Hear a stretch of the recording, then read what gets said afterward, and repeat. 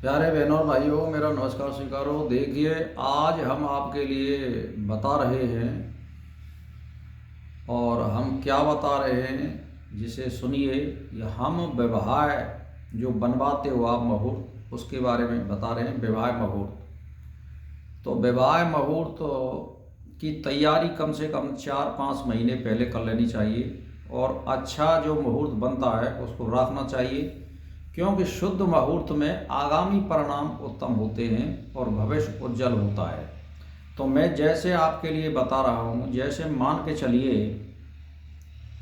यदि किसी की विवाह लगन कुंडली में, यानी जिसमें फेरा पड़ते हों वो लगन,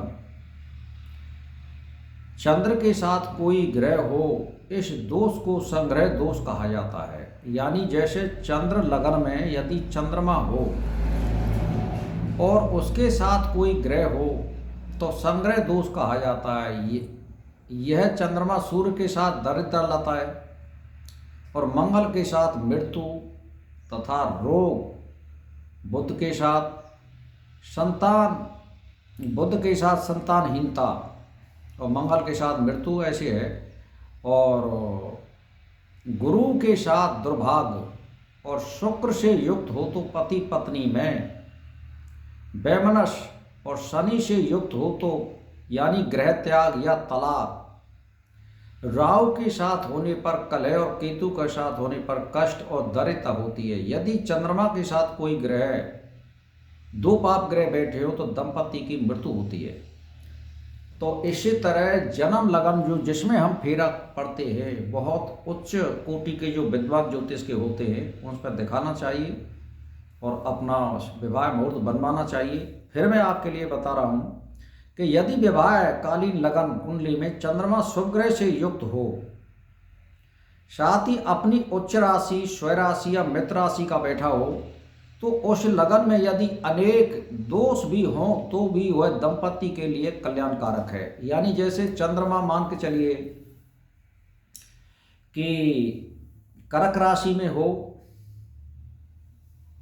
या वृष राशि में, तो कर्क राशि में वो स्वराशि का माना जाएगा और वृष राशि में उच्च का माना जाएगा, ये मान के चलिए आप।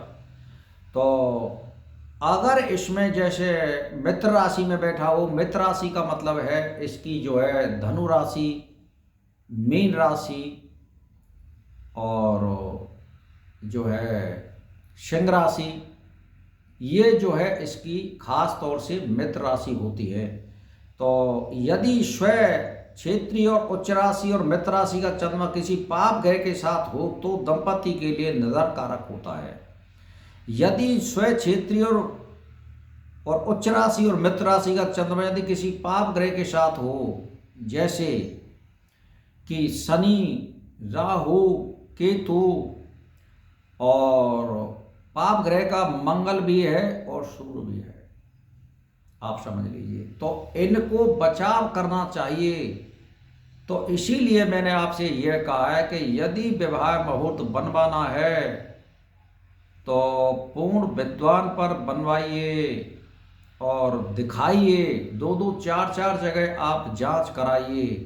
कुछ लोग पैसे के लोभ से विवाह नहीं बन रहा है तब भी विवाह बना देते हैं।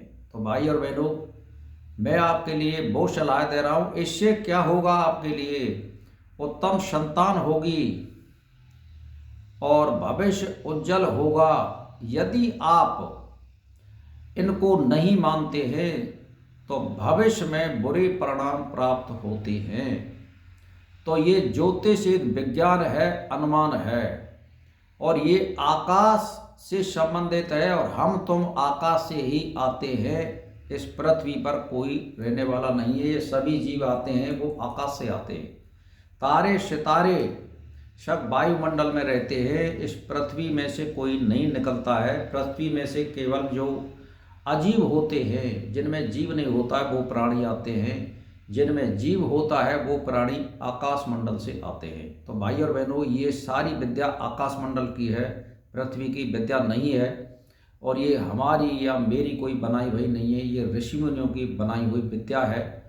और उन्होंने जो गणित दिया है उसका मैं सटीक उदाहरण दे दूं कि आप 100 साल आगे का भी ग्रहण देख सकते हो, कितनी मिनट पे, कौन से दिन, कौन सी तारीख हो, कौन से समय पर, कितने समय पर पड़ेगा, कहाँ पड़ेगा, कहाँ नहीं पड़ेगा, ये उसमें लिखा हुआ है। दूसरी बात यह है कि जब एक्सीडेंट होगा तो भाई नुकसान तो होगा।